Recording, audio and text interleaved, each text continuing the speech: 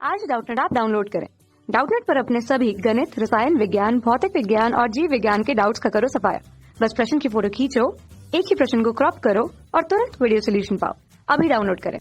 Hello, प्रश्न है यहाँ पर कि जंतु, उनकी समिति और संगठन एवं प्रगुहा, है ना, ये चार लक्षण यहाँ पर दिए गए हैं जिनको मिलान करना है और सही मेल को चुनना है। तो चलिए जानते हैं। जैसे पहला ग्रुप दिया गया है जंतु टीनोफोर्स के बारे में, है ना, ये है टीनोफोर्स। तो टीनोफोरा जिसको हम लोग कहते हैं सामान्य भाषा में, है ना, ये सेलेंट्रेटा से ही अलग हुआ है। इसका भी जो समिति होता है वो अरीय होता है। तो जितने भी बेलनाकार शरीर वाले होते हैं प्रायः उनकी समिति क्या होती है, अरीय होती है। तो सही है। इसका जो संगठन है तो यह जो होता है यह द्विकोरिक होता है, तो यह भी सही है ना।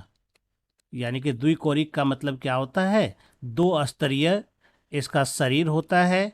एक बाहरी को कहते हैं हम लोग एक्टोडर्म कहते हैं और भीतरी को कहते हैं हम लोग एंडोडर्म कहते हैं, है ना। फिर गुहा के प्रकार है, तो परगुहा प्रकार कहता है यहाँ पर कूट गुहिक होता है। तो ये परगुहा प्रकार ये गलत है। अभी यहाँ तक में क्या हुआ है, गुहा का निर्माण नहीं हुआ है। गुहा का निर्माण तब होता है जब यह त्रिकोरिक हो जाता है ना।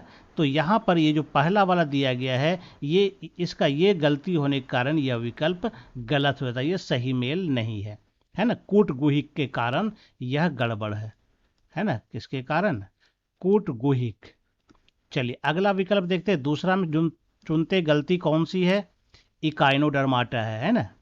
कौन सा है यहाँ पर, इकाइनोडर्मासा, इकाइनोडर्मस या इकाइनोडर्मस होगा। इसका मतलब क्या होता है, इकाइनोडर्मस समुद्री जंतु होता है और इसमें जो है त्वचा जो होती है वो कांटेदार होती है और इनकी भी समिति क्या होती है, द्विपार्श्व होती है। ये सही है। लेकिन यह समिति जो द्विपार्श्व होती है यह वयस्क में नहीं होती है ना। वयस्क में अगर हम जाएंगे इकाइनोडर्माटा में तो इसमें अरीय समित पाए जाते हैं, है ना। जबकि लार्वा अवस्था में द्विपार्श्व पाए जाते हैं। थोड़ा सा यहाँ पर ये गलतियाँ मौजूद है। फिर कहता है संगठन इसका द्विकोरिक होता है। तो इसका संगठन द्विकोरिक नहीं, यह त्रिकोरिक होता है ना। तो यहाँ पर ये भी गलतियाँ यहाँ पर मौजूद है कि त्रिकोरिक है जबकि यहाँ द्विकोरिक लिखा हुआ है। परगुहा प्रकार परगुहिक होता है, ये बिल्कुल सही है। यह वास्तविक गुहा इसमें पाई जाती है। क्योंकि त्रिकोरिक है तो गुहा होता है, लेकिन इसमें वास्तविक गुहा है। तो इसमें दो दो लक्षण जो है गलत दिया गया है, इसलिए यह दूसरा कथन भी क्या हो जाता है, गलत हो जाता है। चलिए तीसरा लेके देखते हैं। तीसरा में कहता है जंतु जो है वो प्लैटी हेलमिन्थेस का है ना। कौन सा है ये, प्लैटी हेलमिन्थेस। तो प्लैटी हेलमिन्थेस का क्या लक्षण होता है, तो ये चपटा कृमि होता है और इसकी समिति द्विपार्श्व होती है। तो ये सही है। इसकी समिति कैसी होती है, द्विपार्श्व होती है, तो ये सही है। संगठन त्रिकोरिक होता है, तो त्रिकोरिक यहाँ पर है, लेकिन यह है कि वास्तविक गुहा नहीं होती है, इसमें गुहा का अभाव होता है त्रिकोरिक रहने के बावजूद भी। तो यहाँ देखिए लिखा हुआ है परगुहा प्रकार अगुहिक, तो यह अगुहिक ही होता है ना।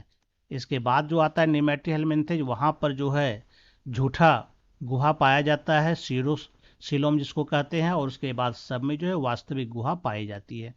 तो ये इसका सारा लक्षण सही है। तीनों कैरेक्टर जो दिया गया है द्विपार्श्व, त्रिकोरिक और अगुहिक, ये सब के सब क्या है, सही है। तो इसका मतलब हमारा उत्तर यही हो जाएगा।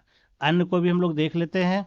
चौथा में कहता है जंतु एनेलिड्स है जिसमें समिति क्या था, द्विअरीय होता है। तो द्विअरीय नहीं होता है, यहाँ पर ये क्या होता है, एनेलिडा में जो होता है वो द्विपार्श्व होता है ना।